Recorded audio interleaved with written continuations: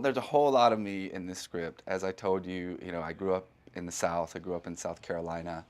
Um, I actually, there is a town in South Carolina called Conway, and I had made a short film when I was in film school down in Conway, and I always had said, I'd love to write something that's set in Conway because it's such a beautiful little town.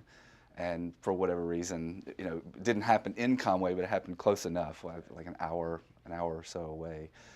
But a lot of my writing, tends to be of a southern slant, just because that's where I'm from, and I think there's a lot of interesting characters down there to work with, and the dialogue is, I'm good at the dialogue. The dialogue is easy for me, but there's a lot of me in this, and the idea just, when you have an idea, sometimes you don't see all the way through, and I just saw all the way through the whole story, and so I, quickly, started writing things down, and I tinkered with it for probably a year or so before I asked Lou, my writing partner, if he would be willing to join me and write the script, and he came on board, and we sat down and said, okay, here we go. We're going to write this story about a guy who builds a Ferris wheel in his backyard.